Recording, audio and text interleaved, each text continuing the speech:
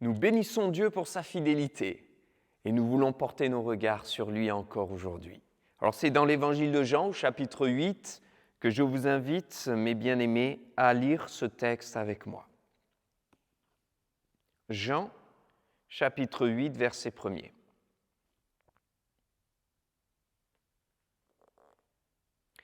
Jésus se rendit à la montagne des Oliviers, mais dès le matin, il alla de nouveau dans le temple et tout le peuple vint à lui.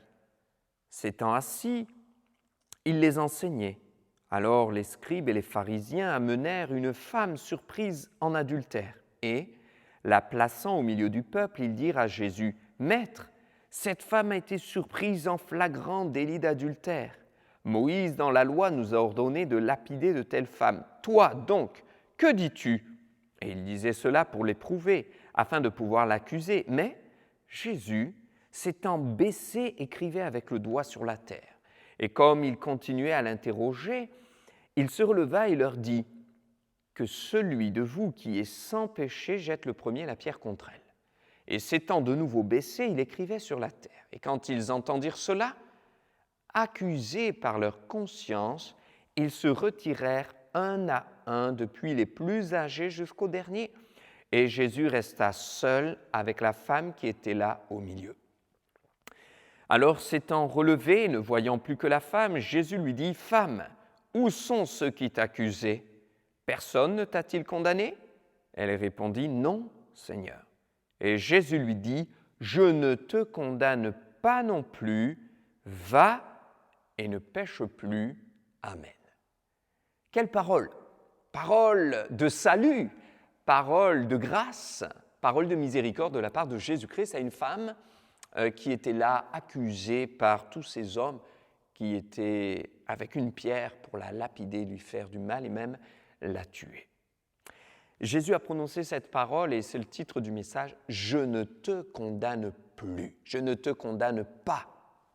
Et ce matin, aujourd'hui, j'aimerais tellement vous encourager à laisser cette parole impacter vos cœurs, résonner en vous-même. Comme si le Seigneur vous disait « Je ne te condamne plus, je ne te condamne pas ». Peut-être vous vous sentez condamné, vous vous sentez sous le poids de la culpabilité par rapport à ce que vous avez fait, par rapport à ce que vous avez vu, par rapport à ce que vous avez vécu ou par rapport aussi à ce que vous n'avez pas fait. Tout homme est condamnable, tout homme est pécheur. Paul dit aux Romains, chapitre 3, verset 23, que tous ont péché, sont privés de la gloire de Dieu. Et le salaire du péché, c'est la mort. Donc, on a tous péché, on est tous pécheurs. On était tous condamnés à la perdition, à la condamnation, à la mort. Et Jésus est venu pour sauver non pas une poignée, pour sauver non pas juste une élite, pour sauver non pas ceux qui ont fait un peu plus de bonnes œuvres que de mauvaises œuvres, mais pour sauver tous ceux qui viendraient à lui. Pour sauver tous ceux qui viendraient avec un cœur vrai, pour tous ceux qui viendraient avec un cœur honnête, pour tous ceux qui diraient « j'ai besoin de toi », pour tous ceux qui s'approcheraient avec humilité en reconnaissant leurs péchés. Le Seigneur veut prononcer cette parole. Le Saint-Esprit voudrait qu'elle résonne dans ton cœur, dans ton âme, dans ton esprit, dans ta mémoire. Mon ami, mon frère, ma sœur, sois libre de la culpabilité. Le Seigneur te dit « Je ne te condamne pas ».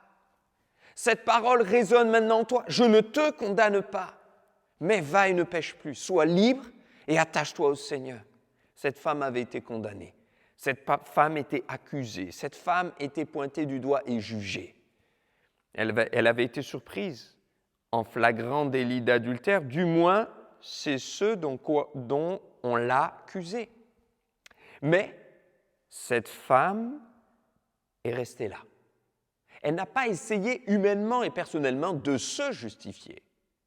Elle n'a pas essayé de se débattre et de se défendre d'elle-même. Mais Jésus l'a fait pour elle. Et j'aimerais te dire que si tu essaies de te justifier, de te débattre toi-même contre le péché, tu ne t'en sortiras pas. Par contre, le Seigneur, lui, est vainqueur sur le péché. Il est vainqueur sur l'accusation.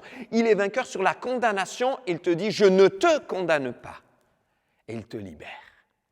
Je remarquerai aussi qu'elle a été libérée parce que tous ceux qui étaient autour n'étaient pas meilleurs qu'elle et que Jésus leur a fait remarquer et les a aidés à le réaliser.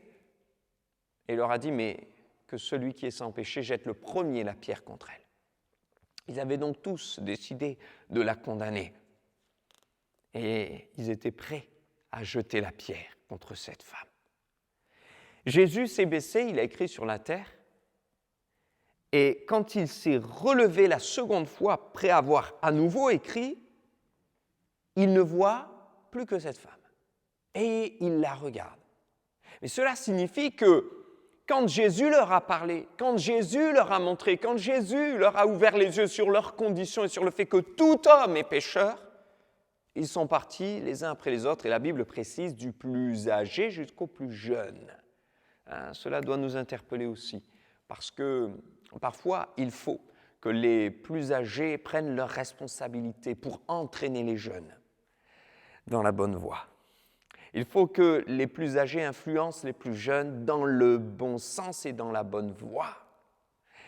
Il faut respecter les personnes âgées, respecter les plus âgés, mais il faut aussi que les parents donnent l'exemple aux enfants. Et quand les plus âgés se sont retirés, les jeunes ont suivi. Ils ont compris qu'ils n'étaient pas meilleurs que cette femme-là. Et ils sont partis.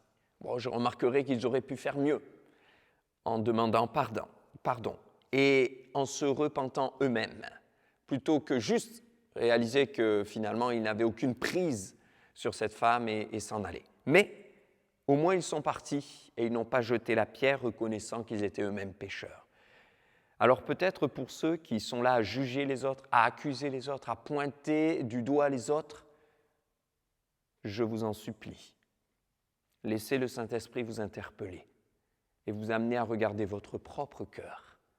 Car Paul dira aux Romains, « Qui es-tu, toi, qui juges et qui juge le serviteur d'autrui ?» S'il tombe, cela regarde son maître. Et nous devons être humbles et ne pas juger les autres. Un autre enseignement intéressant, c'est que lorsque Jésus se releva, il ne vit plus que cette femme. Ça veut dire que ces hommes sont partis, du plus vieux jusqu'au plus jeune, sont partis pendant que Jésus écrivait sur la terre. Et donc, quand Jésus s'est levé, son regard s'est posé uniquement sur elle. Et je voudrais vous interpeller, nous interpeller sur le regard de Jésus. Voyez, Jésus n'a pas eu besoin de porter un regard d'accusation sur ces gens. Mais ils ont été accusés dans leur conscience. Le Saint-Esprit lui-même voit tout. Rien ne lui échappe. Et il a porté son regard sur cette femme. Un regard qui relevait, un regard qui pardonnait, un regard qui consolait, un regard qui enveloppait de grâce, un regard qui ne condamnait pas. Alors il a dit « Je ne te condamne pas ». Mais il y a eu quand même une condition.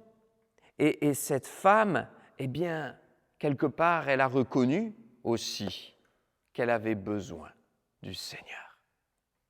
Et je crois que c'est important de reconnaître notre besoin du Seigneur. Et c'est là que résonnera en nous cette parole « Je ne te condamne pas ». Le Seigneur veut te libérer de la culpabilité, te dire « Maintenant, relève la tête. Crois en l'œuvre de la croix. Demande pardon et crois que tu es pardonné. Demande pardon et crois que tu es purifié. Demande l'aide du Saint-Esprit et crois que tu es sanctifié. Moi, je ne te condamne pas. » Le Seigneur vous donne une parole de vie, une parole d'encouragement et il te dit « Je ne te condamne pas, relève-toi, va de l'avant et maintenant marche en pureté, en sainteté et en vérité de vie. » Amen. Seigneur, nous voulons marcher en vérité, en pureté, en sainteté de vie. Et pour cela, on a besoin de toi. Mais quand on tombe, tu es là pour nous relever. Lorsqu'on se trompe, tu es là pour nous rattraper. Lorsqu'on pêche, tu es là pour nous sauver, nous purifier, nous pardonner. Et c'est merveilleux d'entendre la voix de l'Esprit résonner en nos cœurs et nos vies. Je ne te condamne pas. Quelle parole de grâce. Merci pour ta grâce, Seigneur. Merci pour ta miséricorde et ta compassion. Elle est manifestée maintenant pour ceux qui en ont besoin, pour ceux qui s'auto-condamnent, pour ceux qui se culpabilisent et qui n'arrivent pas à revenir à toi. Tu leur dis, je ne te condamne pas. Amen. Amen. Soyez encouragés. Je vous dis à très bientôt.